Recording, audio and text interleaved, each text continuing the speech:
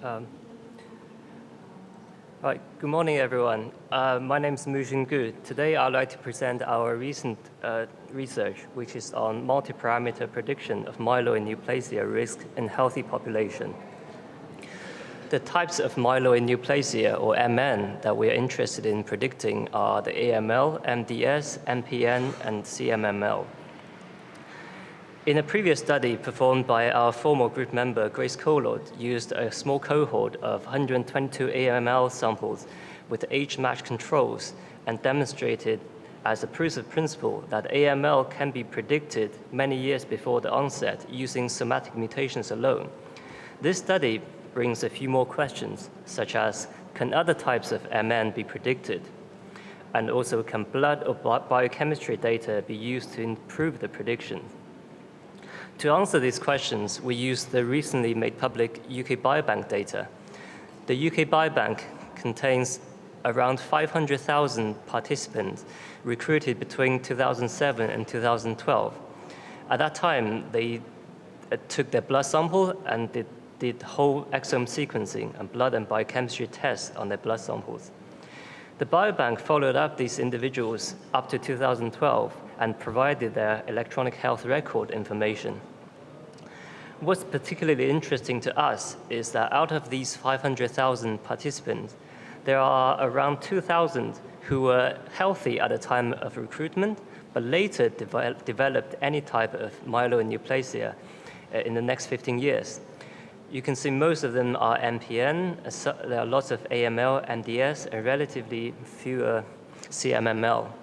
So the idea is, by looking at these blood samples when they're still healthy and compare it with the control population who never develop any myeloid neoplasm, we look for the differences in the blood and hopefully use these differences to build a predictive model for future risks of MN.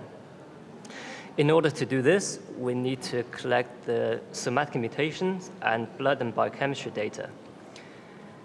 To get the somatic mutations, we ran our computational pipeline on a panel of 38 genes that are known to be related to clonal hematopoiesis. We can see out of the 372 pre-AML individuals, we detected mutations in 126 out of them. Most of these are DNMT3A and lots of IDH2 as well. These are similar in the AML patients. And similarly, for the pre-MDS individuals, we see mostly TET2, SF2, and SF3B1. And for pre-MPN, it's mostly JAK2, CALR, and MEPL. The prevalence of hematopoiesis mutations are much higher in the pre-MN group compared to the control group, which looks promising if we want to build a model to discriminate between two groups. Next, we did some pre-filtering of the blood and biochemistry parameters, because later on we're going to use a regression type of model. We want to remove the linear dependency between variables. This chart shows the Spearman correlation between each pair of the parameters. As we can see, some highly correlated clusters indicated by the red squares. For each of the clusters, we retain the parameters that's most commonly used in clinical practice, highlighted in red here, and remove the other ones. Secondly, we also remove the parameters that can be derived from other parameters. And this leaves us with 32 blood and biochemistry parameters. And the next question is, which one of these are worth adding into the model? To answer that question, we divided the whole cohort into a training and validation set, consisting of roughly half of the cohort each. On the training set, we aim to build 3 models, one to predict AML, one to predict MDS, and one for MPN. For each of the model, we start with a core set of variables that consisting of these 11 most commonly mutated genes, plus age, sex, and the clone size indicated by the VAF. On the side, we have a pool of candidate variables that we want to know which one of these are worth adding. So to test for this, we added one variable into the starting set at a time. And on the new set, we trained a Cox regression. So in the end, we'll have 59 new Cox regressions. And we choose the one model that gives the best increase in performance and added that variable back into the start set, forming the new starting set for the next cycle. And we repeat this cycle over and over again until this increase in performance diminishes. For the AML model, as you can see, the increase in performance indicated by the concordance index starts to slow down after the 8th cycle, which means we will add these 7 new blood or biochemistry parameter into our final model. And for MDS, we will add these 10 new variables, and for MPN, we add these 7. So far, we code the mutations using the whole exome sequencing. We tested which blood or biochemistry parameters are worth adding into the model.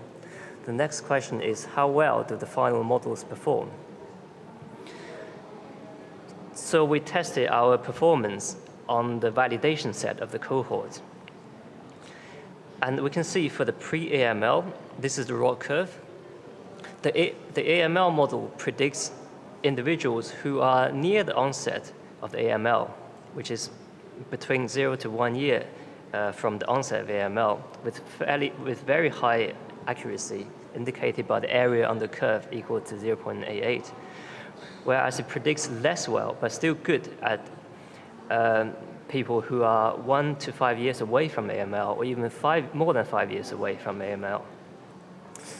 On the other hand, the MDS model can predict even more than 5 years away from MDS to a fairly high accuracy. And the MPN model has a very good performance as well. This is consistent with the observation that the pre-ML individuals' blood count does not show much difference when they are more than 5 years away from the AML to the control group. And they start to show big difference when they get to within 1 year from the AML. Whereas for the MDS group, for the pre-MDS individuals, they already start to show deviation from the control, even more than 5 years away from the MDS. And the MPN pattern is similar to the MDS in the way that it shows steady deviation from the control, and that is different from the AML pattern. In addition, we also binned the population according to the predicted probability of MN, and we look at what fraction of these are the absurd MN fraction within each bin. The circle shows the mean of the observed fraction, and the error bar shows 5 to 95% confidence interval. And we see a close agreement between predicted and observed probability of MN. Finally, we validated our models on 2 independent cohorts, one from Pavia and one from York. And we observed our model performed well on both of these independent cohorts. And finally, to allow clinicians and scientists to use our model, we implemented our model into a web application with a link here, where the user can type in the genetic and phenotypic information, and the web app will report the predicted risk of AML, MDS, MPN. This is an example of pre-AML individual. It has been predicted to have substantial risk of AML and MDS, and this individual was diagnosed with AML after 3.7 years. So for this group, I would like to thank the Vassiliou Group and our collaborators, and thank you very much for your attention.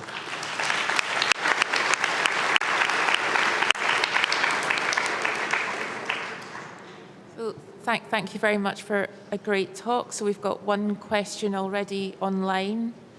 So what are the clinical implications of this NICE prediction model? Sorry, could you repeat what the are the clinical implications of this prediction model? So these three models allows a quantitative way to see the risks of future AML, MDS, and PN. So we expect it'd be very useful for clinicians to predict people who have some mutations, but whereas their blood samples are still normal, and then they can closely monitor these individuals and hopefully have an early detection or even early intervention for these diseases.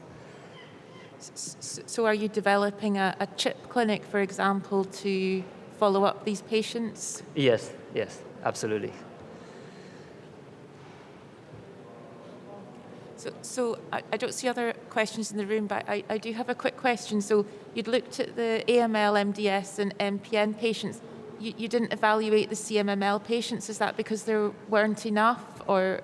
Yes, it's because one, the number of CMML cases is very low, so that's not good for building models when there are so many control samples.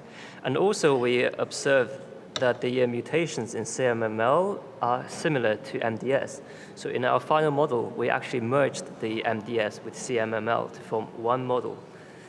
Okay. That's the one we called MDS, but it's actually combined with CMML. A question at microphone 2.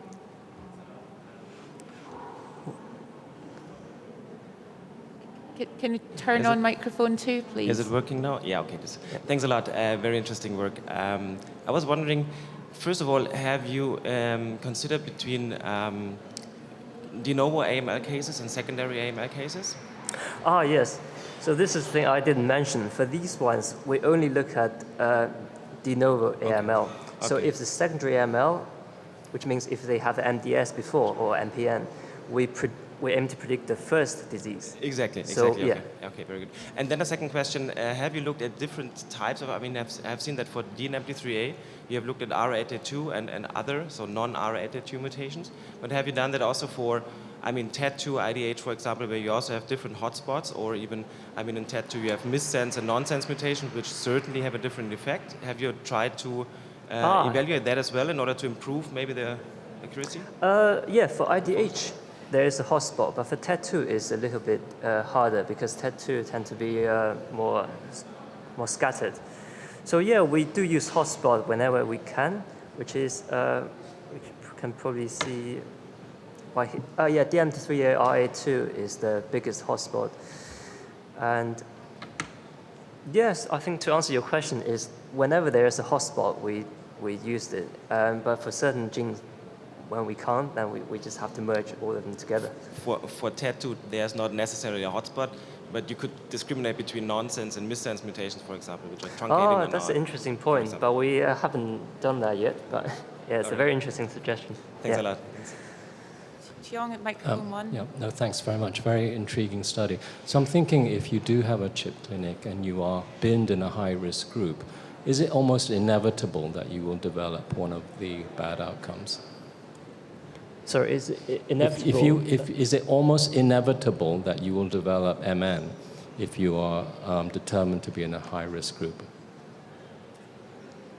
So the model will also give MN3 probability as well. But if the individual has, for example, SRS2 is a strong predictor for AML and MDS. If they have it, and then the model will probably predict those MN. But if the individual doesn't have these important predictors, then the model will predict a fairly big MN3 probability, but it's not shown in this graph, but in some cases it will show as the gray one. All right, thank you. Final question, microphone 1. I have a very quick one. I think Ben Ebert just published a study in New England Journal of Medicine Evidence that was using also the biobank. So how does his predictor kind of compares to yours? I think, yeah, that's a very good research as well. And So I think there are differences between our models. I think the strength of their paper is they used a very how do I say, it's a very simple risk score. That's very simple to compute, whereas we used the Cox regression. So I think that, and also we predicted the AML, MDS, MPN separately. So there are differences between our studies and their study. I think both have strengths. Thank you very much. I'm going to pass over to my co-chair now, Anjali, for the second part of the session. Okay, so now we are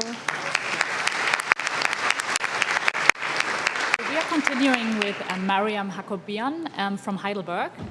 She's giving us a talk on